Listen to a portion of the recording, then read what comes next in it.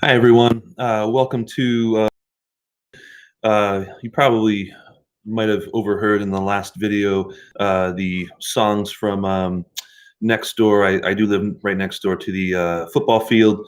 So we kind of have this constant play track of, different songs, playlist of different songs as the various teams are practicing. So sort of have a bit of a soundtrack to our lives. So I wanted just to sort of walk us through chapters 8 and 9. I had mentioned that there's a quiz tomorrow, or yeah, tomorrow, 10:09. Hard to believe it's already the 9th tomorrow.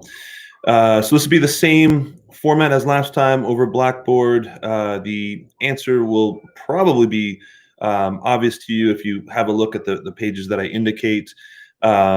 So mostly multiple choice or true false. And again, this will be open book.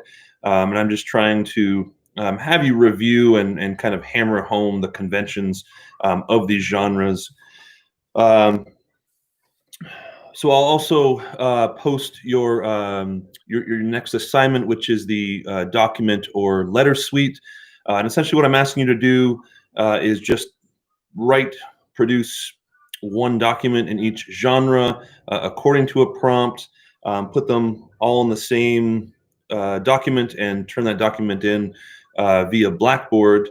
So I will post that to Blackboard. You can have a look through it.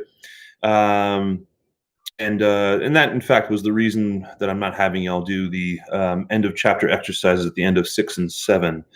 I figure, this way I can review your work and give you credit for it, and you're not stuck writing these, countless memos and the like. So that's the idea there. So in terms of chapter 8, what I really want you to know, good news and neutral news pretty much write themselves. There's a variety of possibilities, but essentially the textbook just advocates for giving the news up front and telling you or telling the recipient what he or she has to do.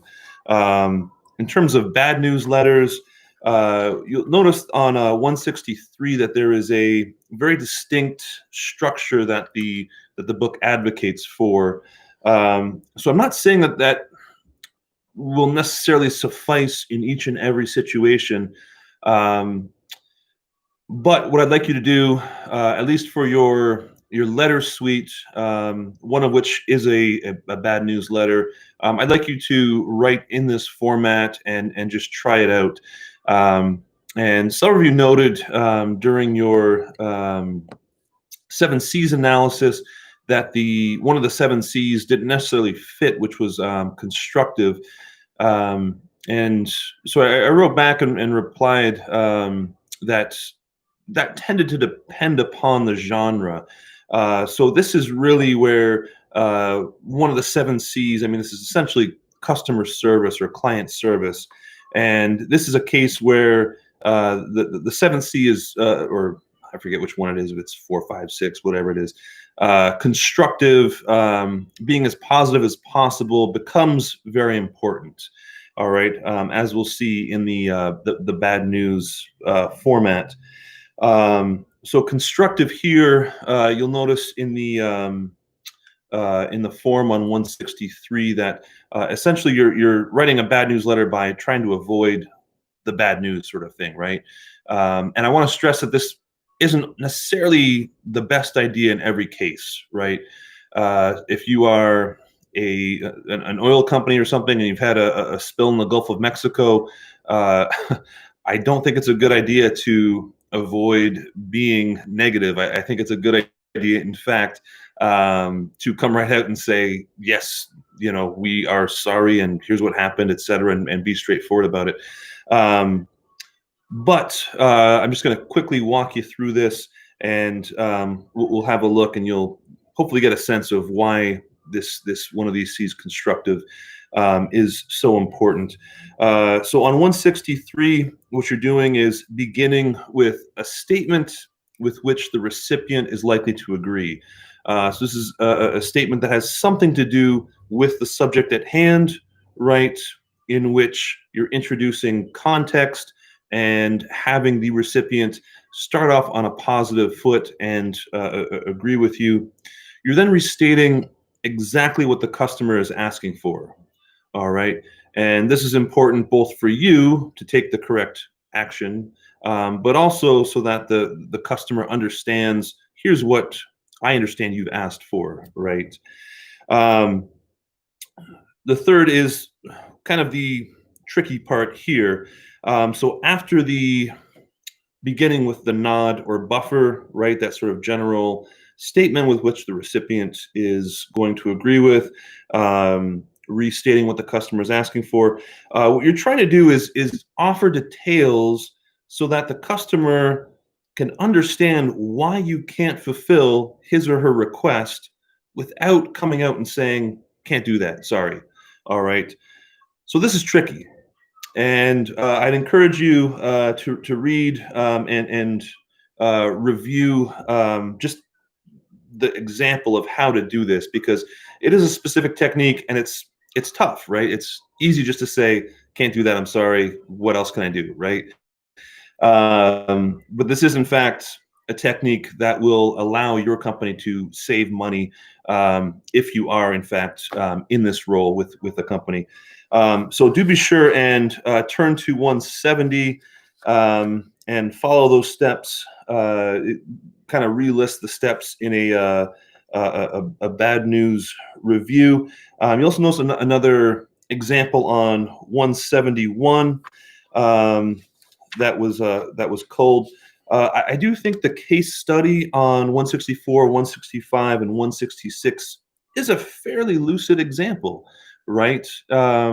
Essentially, a customer is asking for a Best Buy refund, and this Leslie Crosby, if this person exists, uses the third paragraph, right, to explain, well, here are the differences, right? And then gives him another option. If you wish to send us the ones you purchased, we'll ship you the better ones with a $20 refund. But you'll notice she doesn't come out and say, sorry, can't do that, right? Rather, she gives facts for an implicit refusal. So that's what we're after there, offering details to give the implicit refusal to someone who is asking you for something. All right. Um, so following that, you're trying to offer an alternative or a sweetener. Hopefully, this is something that doesn't cost your company money. And this could be a discount on a future product or something along those lines. And then you're closing with a constructive, friendly, and courteous note, right? And again, you're trying to avoid apologizing because, at least in the examples that they offer, you don't have anything to apologize for, right? So you're trying to avoid that. That brings on connotations of negativity or connotations of wrongdoing. So that's the idea there, okay? So turning our attention to chapter 9. So this is the chapter. Hopefully you reviewed this by this point, since this is the chapter on that contains more details on ADA. So we used, or rather maybe I used, the brochure assignment to introduce the principles of ADA, right? So attention, interest, details, and action. So hopefully by this point, that structure is sort of drilled into you, and it's not unfamiliar or anything like that. Do have a look at 177, this case study with selling a car.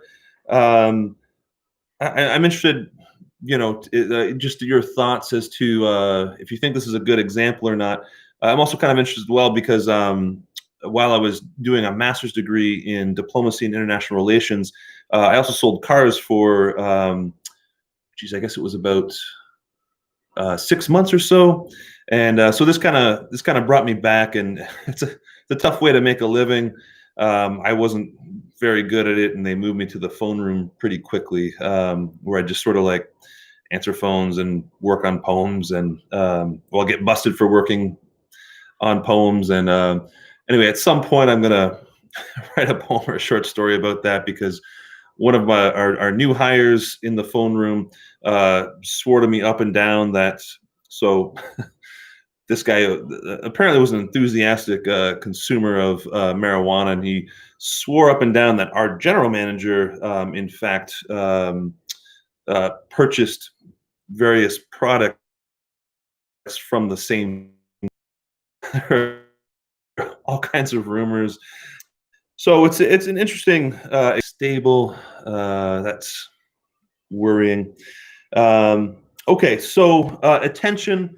Essentially, again, you're trying to start things off with a hook, and do review page 185. By the way, they offer McCrae, I guess.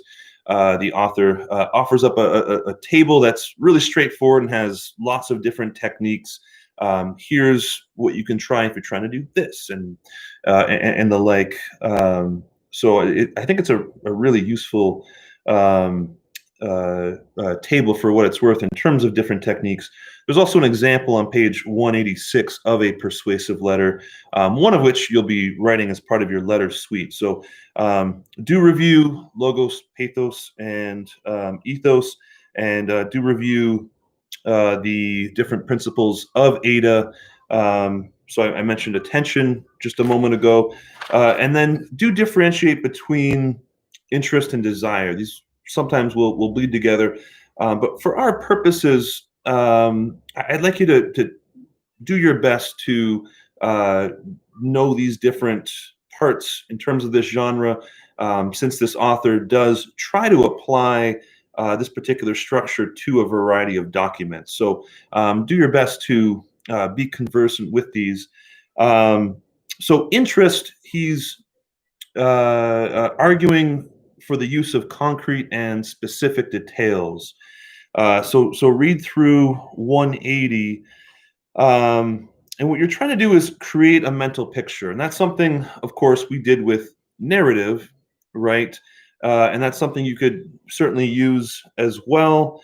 When we're talking about interest, though, we're primarily talking about logos, right? This is the logical part of the argument. So stressing benefits in a concrete and specific way.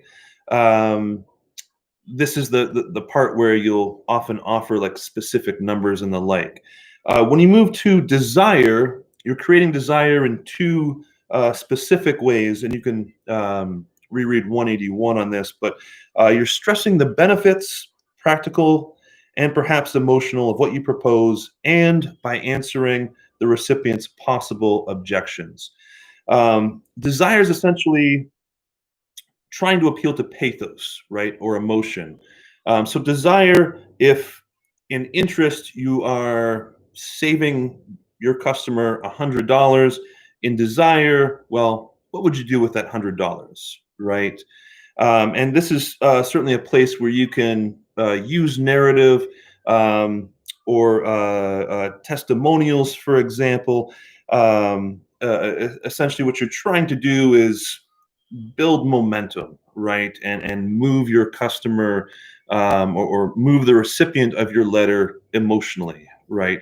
And this, again, is the difference between argument, right, which is logos, and persuasion, right? And here you're trying to persuade through the use of emotion. Following that, you're moving on to action, and do be specific, do provide contact details, but you're also trying to light a fire under your customer or under the recipient of this letter, right? You're trying to create a deadline of sorts, right? Trying to create a sense of urgency, like you've got to act now. So, the case study on 183, I think there's a good example with the city of Terrapin and the homeless population. Do review that when you have a chance. So that is the essentially the crux of the chapter. I wanted to at least introduce it and walk you through. So do review Ada. Do read the example on 186, because he does kind of in a modular fashion, walk you through a persuasive letter.